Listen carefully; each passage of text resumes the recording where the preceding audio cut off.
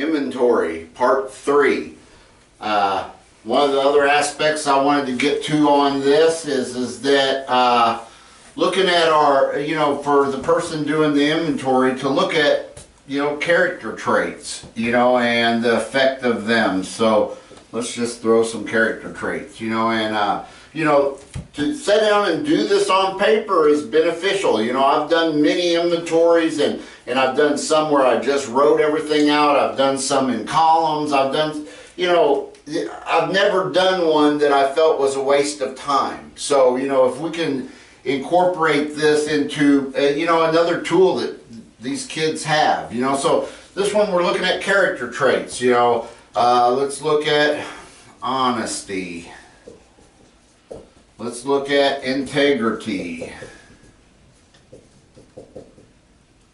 Let's look at our relationships with the opposite sex. Man, I misspelled that. Because the character we have is really going to be, it's going to show through in these encounters a lot. And, let's put our work ethic in here. I mean, you can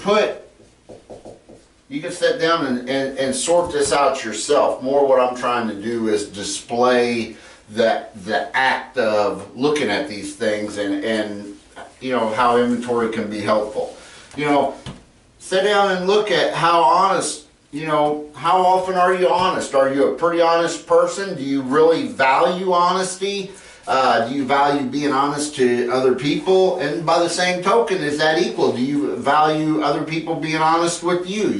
So honesty is one of them things that this has to run both ways because it can't be one-sided. If you're honest with people that are dishonest with you, then you don't have an honest encounter, an honest relationship. So we need to value honesty and put that at a premium, and also make sure that we're diligent about being honest. Do we lie to our parents when we're in trouble? Or, is that our first default position? Do we go to being dishonest, or can we sit there and be honest and, and look at the situation? Integrity. Do we do what we say we're going to do? Do we try to do the things necessary to make us the person that we want to be and the way we see ourselves? If we see ourselves as a good person, do we respect integrity and do the things that good people do? Or are we maybe fudging this line a little bit to be comfortable or convenient for us? Opposite sex. Okay, that's a powerful drive and a powerful force in people's life, and it's one of the easiest areas to start negotiating and be like, yeah, I know God wants me to be chaste and not be engaging in sex and sexual behaviors before I get married. So in this relationship with other women or of the opposite sex, am I keeping God's view of this number one in my life, or am I starting to negotiate with the world a little bit and say maybe it's not so bad for a little of this or a little of that? So if we are starting to fudge the line here, then we have to realize that this greatly affects our integrity, who we are as a person. It also affects our honesty, because the more we start doing what the world would have us do, opposite of what God would have us do, we are inherently going to become more dishonest, and our honesty is going to suffer. That's for sure. So, am I really driven by that impulse? Am I lusting all the time? Am I looking at women in a way that I know is inappropriate? So look at that. Sit down and say, okay, truthfully, how is this playing out in my life? And make a little list of what I can do to make it better, make it better. Okay, maybe you're having a lust problem, so you think, okay, maybe I should not be alone with a person of the opposite sex without a chaperone. Or maybe when I start having a lot of lustful thoughts, I need to redirect my energies and do something else to distract myself. Read or play sports or do something. What can I do when I'm in this place to make it better?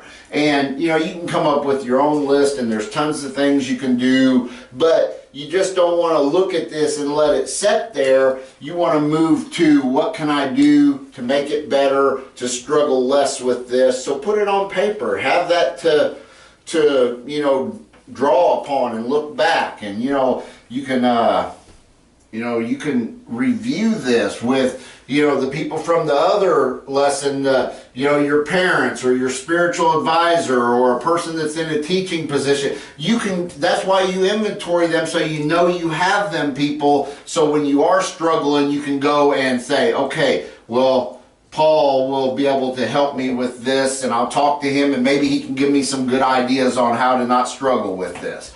Okay, our work ethic, you know, where this is, in this world, in this society, that's a tough one, and it's going to dictate a lot of how we deal with the things in the first lesson, how we're going to do in school, how we're going to do in the job, how we're going to do in the marriage, because it's going to require effort, and work ethic is about our effort. Are we willing to expend the effort? Are we willing to expend the energy to get what we want? Or are we just trying to follow the world's way and be comfortable and just want it all to come to us and don't want to have to get out there and pursue it? You know, so these are struggles in this one, the same as that. Go, if you're having a problem with your work ethic and pursuing things in a way that you know will get you to where you want to go and that are still pleasing to God, maybe you need to go find this person. Okay, the coach.